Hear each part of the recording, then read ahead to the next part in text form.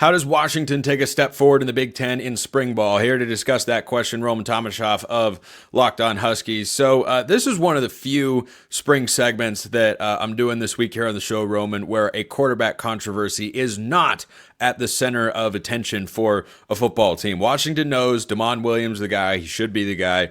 I think he can be incredibly good. But it's everything else that needs to kind of get to his level outside of maybe the wide receiving core and running back room. Let's start with the offensive line. Has Jedd Fisch and the staff addressed that enough for it to improve? So I feel like there's a little bit of a debate between fans where you add two offensive linemen through the portal, right? You bring Garen Hatchett back from Oklahoma, where he spent the 2024 season, unfortunately got hurt early on, so he didn't necessarily get a chance to play much there. And you bring in Carver Willis from Kansas State, who is one of the better tackles in the portal, to play either left or right tackle. And you have some time to figure that out in spring ball, where I think that this coaching staff did do enough, where I look at adding, another year in the strength program for a guy like Paki Finau, a former four-star recruit, redshirt freshman, that this coaching staff is really high on, that played really well in the Sun Bowl, along with getting a guy like Zach Henning, who's had a couple of years under his belt, played some tackle, played some guard, in to potentially compete for a starting job alongside Landon Hatchett, who's going to be taking over full-time at center, who didn't necessarily have any bit of an offseason last year because he was recovering from a torn ACL. So I think that with more depth along the offensive line and way more time for a lot of these younger guys to get ingrained in the strength and conditioning program and get up to speed at the college level, along with a full actual spring practice to work with, which this team did not have last year. Spencer, they had 7 healthy offensive linemen for spring ball, and 2 of those guys were walk-ons. There was not a lot going on in the trenches last year. So I think that it's going to take a step forward. We'll see how much, because a lot of these guys still are very, very unproven, but I think the talent is there, and I think the scheme could be there as well.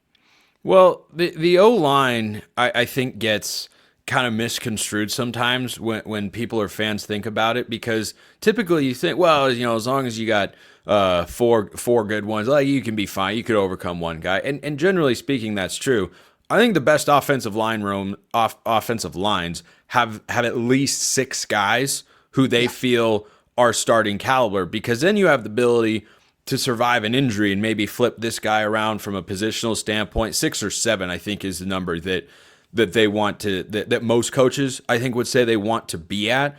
And, the offensive linemen rotate a lot more than people realize. You think about receivers or running backs rotating in, or there are a lot of offensive line units across the country at the highest levels of college football that will routinely put one guy in for a series at guard and then put another guy in for the same reason they sub in this receiver or that receiver, just, to keep a guy fresh because of what the game plan is on the drive, like whatever that reason may be. Somebody gets dinged up. So do you think Washington is going to be able to get to that sort of depth to where, they can build towards the offensive lines they had in the 22 and 23 seasons? So that's a really great question, because when you look at that 23 season where they did win the Joe Moore Award, that started out as a really deep offensive line. And then you see Mateo Mele go down for the year, and Parker Brailsford slides in, and now he's an All-American center, right? You see Julius Buelow go down for a little bit of time, and Garen Hatchett slides in. So it's nice to have a guy like that back in the rotation. So I don't think they're necessarily there quite yet, because we haven't seen a lot of these guys where it's a lot of unproven redshirt freshmen. There's 1 or 2 true freshmen that they really like a lot. And I don't know how much these guys are going to play. I'm talking about Champ Tilialia, John Mills, just throw the names out there so people can get familiar with them. I think that they've got the size, they have the talent up front to be able to do that. But a lot of it is younger guys. And we know that Jedd Fisch has no reservations about playing whoever is ready to see the field. We saw that from his time at Arizona, getting somebody like Jonas Avenaya on the field very, very quickly. So it's something that might take a little bit of time, but it's nice to have a full spring practice to be able to work things out. I think the talent is there, and now you've got a month to be able to say, hey, against this Ryan Walters front, which is going to create a lot of one-on-one matchups for these offensive linemen to really work and improve on over the course of 15 spring practices, I think we're going to see some improvement, but we're not really going to know until we get to September. Looking elsewhere, as Washington continues along with spring practice, What's the biggest question in your mind? Because to me, the top question, hence why I started with it, is the offensive line. It was not anywhere close to where they needed to be. Now, Washington still got to a bowl game last year, so it wasn't, everything was a complete and utter disaster. But they end the year 6-7. Washington has higher aspirations than that. They feel like, and I think justifiably so, they're a program that can get to, or at least closer to, the top of the Big Ten than where they were at this past year. But the offensive line is question number one. What's primary question number two for this Huskies team? It's the front seven. You saw last year, it was not very deep, where you saw some guys leave. There were a couple of injuries, and all of a sudden you couldn't stop the run in the back half of the season. And you played some really good teams, right? You played 3 college football playoff teams on the road in October and November. And as the season wore on and Javon Parker goes down with the Achilles, you see Zach Durfee lost for the season with turf toe. There are so many different things that just really diminish the depth up front. And Washington has gone out and addressed that. They bring in Simone Pepper from Utah, who I'm very, very high on. You get Ontario Thompson from Western Michigan, who's also got some Big Ten experience from his time at Iowa, and somebody who's familiar with just Jedd Fisch's program in Taitai Uyunglele from Arizona. So you bring in those guys on the defensive front. And then at linebacker, you also add 3 guys. You bring in Jacob Manu from Arizona, who we'll see what his season ends up looking like, where he's coming off a torn ACL. You bring in Exree Alexander from Central Florida, who was just a big physical body, who has really been productive over 2 seasons, one at Idaho and then one at Central Florida. And you also add Buda Alukta from Washington State, who was really productive there, had 3 interceptions and 3 forced fumbles, I want to say the number was off the top of my head, during the 2024 season at Washington State.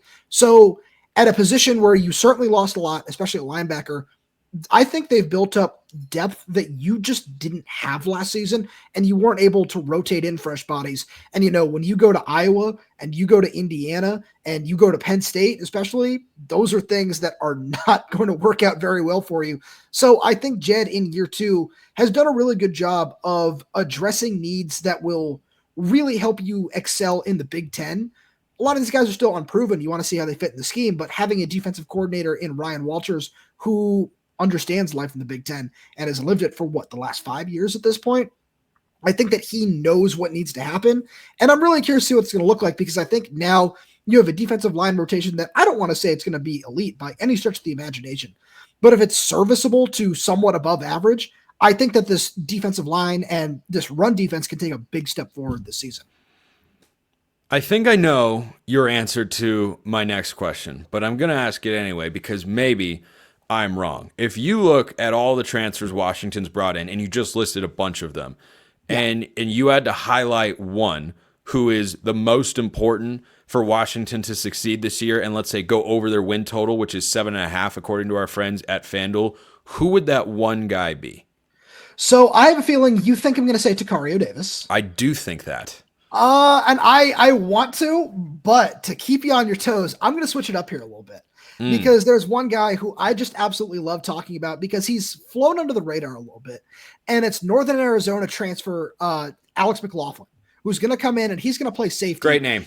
Great name. He's got the best hair in the game too. For anybody who doesn't know what I'm talking about, just go look up his headshot. Me too. Awesome hair. Yeah. So I think that this is a guy who he was very, very productive at Northern Arizona. 167 tackles, 16 pass breakups, 6 interceptions over 2 seasons, and it's at the FCS level. But one thing that Ryan Walters has always had, especially during his time at Purdue, Spencer, as you know very well, is excellent safety play. He got that from Dylan Tiedemann during his time there.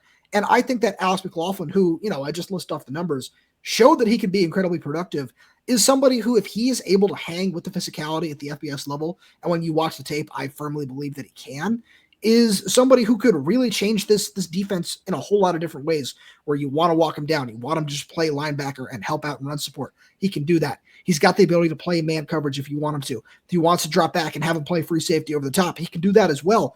So he's a guy that I'm going to be watching very, very closely, because all the numbers are there, and all the numbers show that this is somebody who could thrive in a Ryan Walters scheme that is very friendly to defensive backs.